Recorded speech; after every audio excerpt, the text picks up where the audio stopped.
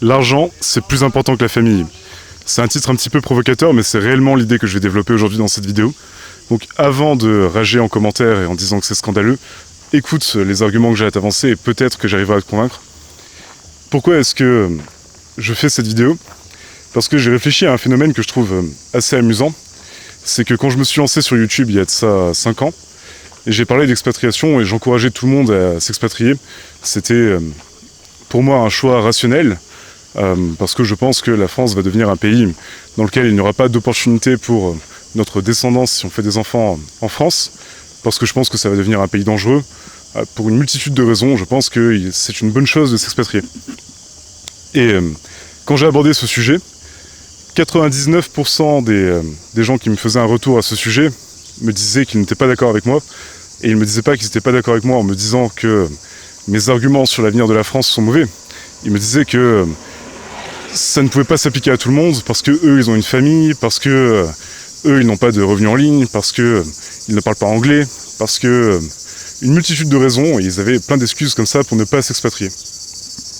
Et au fil des années, mon discours a commencé à se lisser sur l'expatriation, et je me suis modéré un petit peu, et j'ai commencé à dire en ligne: ah, vous savez, moi je pense qu'il faut s'expatrier, néanmoins je comprends que pas tout le monde ne puisse le faire, et puis bon, en France il y a quand même quelques opportunités, il y a quelques coins qui sont encore tranquilles, et j'ai lissé mon discours.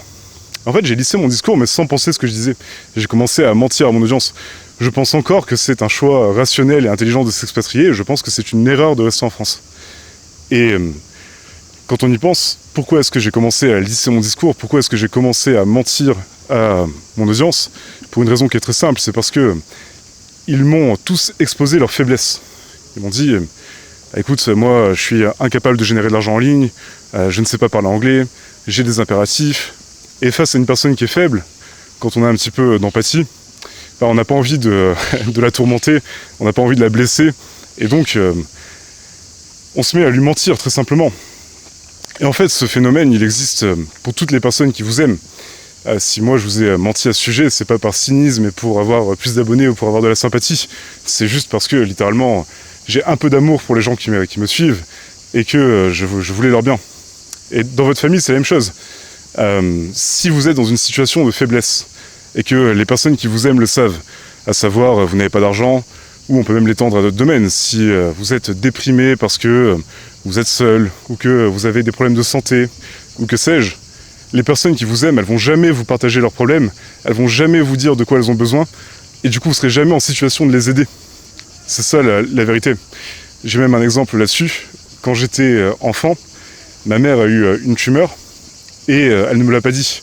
Elle est allée se faire opérer, elle a passé une semaine à l'hôpital, et elle m'a confié à mes grands-mères pendant une semaine, et c'est 10 ans plus tard que j'ai appris que la semaine pendant laquelle ma mère n'était pas présente, c'est parce qu'elle se faisait opérer d'une tumeur. Et c'était un choix rationnel et intelligent qu'elle a fait, c'est un choix qu'elle a fait par amour, et elle l'a fait parce que en tant qu'enfant, je pouvais pas concrètement aider ma mère qui a une tumeur, je veux dire je vais pas payer ses frais médicaux, je pouvais même pas être une oreille attentive, puisque en tant qu'enfant, on n'en est pas vraiment capable. Et donc, elle m'a caché les problèmes de santé qu'elle avait. Et ces choses-là, elles existent dans tous les domaines. Votre fille qui se fait harceler à l'école, si elle sent que son père a une multitude de problèmes, elle va pas se confier auprès de vous. Et vous allez la prendre une fois que vous verrez qu'elle s'est scarifiée ou qu'elle a fait une tentative de S ou un truc comme ça. Si votre femme est triste au quotidien, mais qu'elle voit que son mari est en situation de faiblesse, qu'il y a des problèmes d'argent, ou que ça se passe mal au travail, ou qu'il a beaucoup de problèmes de santé, ou qu'il a des peines de cœur parce que, je sais pas, il a perdu un proche ou quelque chose comme ça, elle va pas vous le partager. Et vous allez vous en rendre compte le jour où elle vous aura trompé, le jour où ça sera terminé. Et en fait, je pense que quand on a le souhait de réellement aider ses proches, quand on a le souhait de réellement aider sa famille, on se doit de prioriser systématiquement ce qui nous rend plus fort. On se doit de prioriser notre santé, on se doit de prioriser nos finances, on se doit de prioriser notre santé mentale si ça compte pour vous. Parce que autrement, vous ne serez jamais en situation d'aider votre famille. Et donc il y a souvent cette rhétorique de non, moi je n'essaie pas de gagner des revenus en ligne, mais parce que j'ai des impératifs avec ma famille, etc. Je suis désolé de vous l'annoncer, mais Votre famille, vous ne pouvez pas bien vous en occuper si vous n'êtes pas vous-même la meilleure personne que vous pouvez être à l'instant présent. Et donc, titre un petit peu provocateur, l'argent est plus important que la famille, mais il y a une logique derrière ça, et j'espère que vous l'aurez comprise. Dites-moi en commentaire. En attendant, je vous fais des bisous, et je vous dis à la prochaine vidéo.